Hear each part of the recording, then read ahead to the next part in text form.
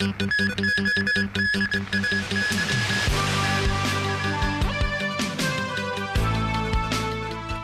players in the booksellers' case sticking to their guns. Guangdong village chief and anti-collusion advocate arrested. And suspect in court over British MP killing.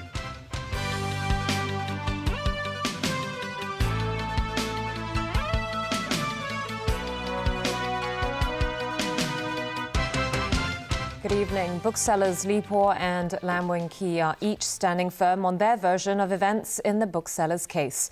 This afternoon, a rally in support of Lam was held as protesters voiced concerns about one country, two systems. Organisers say 6,000 people took part, while police put the turnout at 1,800 at its peak. Caleb Long begins our coverage. Protesters made their voices heard in Causeway Bay this afternoon. Lam Wing-Ki turned up at the rally. He said he was moved by the crowds here. He spoke about his concerns for fellow bookseller Li Po. Li has family on the mainland, so he said many things against his heart. Li has refuted some of the claims made by Lam about the investigation into the bookseller's case. Lam said he won't continue to push Li to clarify details about the case because that would harm him, and Lam doesn't want to harm his friend. Protesters marched towards the central government's liaison office. They shouted slogans that said no to tyranny. Okay, we're protesting for the freedom of speech, freedom of press, and the freedom of being a Hong Konger, being a free person. This protester said if Lam had violated mainland laws, mainland authorities should prosecute him and should not have detained him for 8 months this way. The protesters reached the Beijing liaison office at around 5:30 p.m. The organizers thanked them for coming on such short notice. Lawmaker Albert Ho, who has been assisting Lam since his return to Hong Kong, said today's rally shows how worried Hong Kong people are. Hong Kong people are coming out, on one hand to support Mr. Lam, on the other hand to sound out our protest against the mainland government and to show that we are gravely concerned about our fundamental freedom and safety, which is now being threatened by mainland authorities. This morning, before the rally was held, Li finally spoke to reporters outside his North Point home. He confirmed he did in fact meet with Lam, but insisted they never spoke about how he crossed the border. Everything he said about me, I refuse to admit, he says. Li also stressed he has never touched any of the computers at the Causeway Bay bookstore, so any suggestions that he brought a list of customer information to the mainland are completely false. But when asked if Lam had lied, Li said he never said that. He's telling his story, but I hope his story would stop involving me. Caleb Leung, TVB News. A second Global Times editorial about the booksellers' case has been deleted in as many days. The latest article spoke of mainland authorities working with Hong Kong counterparts to deal with Lam Wing-Ki. After pulling an editorial early yesterday disputing Lam's revelations as lacking substance, state media Global Times published another article last night on the issue. It quoted a Ningbo public security officer in charge of the case, who said Lam and the others are suspected of knowingly violating mainland laws by illegally selling unauthorized books across the border. According to the article, Lam was arrested last October after he crossed the border in Luowu on his way to Shenzhen. It said public security officers recently agreed to let him return to Hong Kong while he awaits trial based on good attitude and his older age. It quoted a mainland legal scholar as saying the law does not forbid Lam from holding a press conference like he did in Hong Kong on Thursday, but if he reveals confidential investigation details, then authorities can deal with him through working mechanisms with the SAR police. The article was uploaded last night but can no longer be found online. Hong Kong police say they refuse to comment on individual cases. According to cross-border mutual assistance mechanisms, if one side requests help with an investigation, the other can help collect evidence after it's notified of the nature of the case and scope of investigation. Lawmaker Regina Ip, who used to be security chief, says Hong Kong does not have a statutory rendition agreement with the mainland. Hong Kong permanent residents with the right of vote in Hong Kong cannot be handed back to the mainland or any other jurisdiction. So I don't think it is possible for our police to hand Mr. Lam back to the mainland authorities. Critics say the government has done little to allay public concerns. A top official said today the administration will follow the basic law. In handling Hong Kong affairs, we will strictly adhere to the one country, two systems formula, and also according to the basic law. And also we're taking great importance to protecting and safeguarding freedom and safety of Hong Kong citizens as well. On to other news now. Mainland authorities have stormed a village in Guangdong province and arrested the village chief. Lin Zuluan is accused of taking bribes. He was elected after an uprising 5 years ago and is thought to be planning a fresh protest against illegal land grabs. Adam Shu has the story. At around 1 a.m. today, swarms of shield-wielding riot police were seen marching into Wukan, a village in Guangdong's Lufeng city.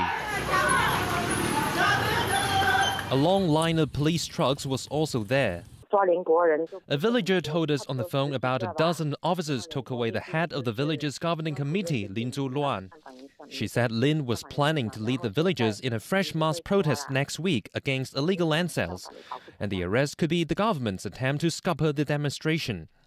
Lin said earlier villagers would meet tomorrow to discuss plans for the protest. In a notice posted on his social networking site last night, Lufeng authorities accused Lin of abusing his position and taking bribes. They warned residents against taking radical action incited by lawbreakers and that they would crack down on any illegal acts. Officers were still standing their ground this morning to try to rein in outraged villagers. Some villagers said the authorities had locked down the whole village, stopping vehicles and questioning drivers and passengers on the road leading to Wukan. The village caught international attention in 2011 when residents came out in protest against their leaders selling their land at unreasonably low prices. The conflict was later resolved with the governing committee replaced by people directly elected by the villagers. But the underlying land-related problems continue to fester. Villagers say they have yet to retrieve their own land as they had been demanding. Adam Xu, TVB News. Turning overseas now, police in Belgium have arrested 12 people suspected of planning new terror attacks. This comes after authorities raided dozens of houses across the country overnight. More than 30 people were killed when the airport and subway system in Brussels came under attack in March. Staying in Europe now, and British police have charged a reclusive gardener with the murder of Labour Party lawmaker Joe Cox. Evidence has emerged that the suspect had ties to a neo-Nazi movement. Alan Buckner reports. 52-year-old Thomas Mayer appeared in the London court today. He's being charged with murder and other crimes in connection with the fatal attack on 41-year-old Joe Cox. She was gunned down and stabbed on Thursday in Birstall in northern England as she was about to meet with constituents. Police investigating the killing say they are looking into Mayer's mental health. We are also aware of the inference within the media of the suspect being linked to right-wing extremism, which again is a priority line of inquiry which will help us establish the motive for the attack on Joe. In the U.S., a civil rights group says it has records showing Mayer has been a supporter of the dangerous and violent neo-Nazi group National Alliance. Well, Thomas Mayer was a dedicated supporter of the National Alliance. Between 1999 and 2003, he bought a variety of materials, things relating to making bombs, things relating to making handguns, and I think equally significantly, he subscribed and bought lots of neo-Nazi literature from the National Alliance. In the town where she was gunned down, British Prime Minister David Cameron and opposition Labour leader Jeremy Corbyn laid wreaths in tribute to Cox. And in her life, she'd worked for anti-slavery campaigns, she'd worked for Oxfam, she was a campaigner for human rights and justice all around the world. She was taken from us in an act of hatred. Well, I first met Jo in Darfur in 2006, where she was doing what she was brilliant at, which was looking after and saving the lives of vulnerable refugees. And here we are today, commemorating her life that's been lost. Because of Cox's murder, campaigning for next week's historic referendum on Britain's membership in the European Union has been suspended. A survey taken just before her death shows those wanting to remain in the EU with a 7 percentage point lead. A veteran pollster says Cox's killing by a man armed with a gun in a country that's banned gun ownership could have a profound impact on the referendum's outcome. If they mishandle this country will rebel. And I wouldn't be terribly surprised if one or another of the party leaders, the in campaign or the out campaign, mishandles it. The British Parliament will be recalled from recess on Monday to pay tribute to Cox. Alan Bookniat, TVB News. The Obama administration is trying to control the fallout from a leaked internal memo critical of its Syria policy. A letter signed by dozens of U.S. diplomats urges the administration to consider military strikes against Syrian President Bashar al-Assad's forces.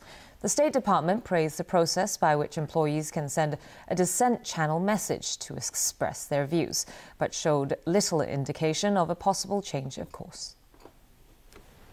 We have always said that we have to work hard at getting to better outcomes in Syria. And we have and we're going to continue to explore our options within the policy that we're pursuing, as well as options that may at this time fall outside the current policy. We have to do that. But as the President has said and as the Secretary has said, as we look at other options, none of them are great options. The cable sent through the department's conduit for voicing contrary opinions meant to be classified underscores long-standing divisions and frustrations among Obama's aides over his approach to Syria's civil war.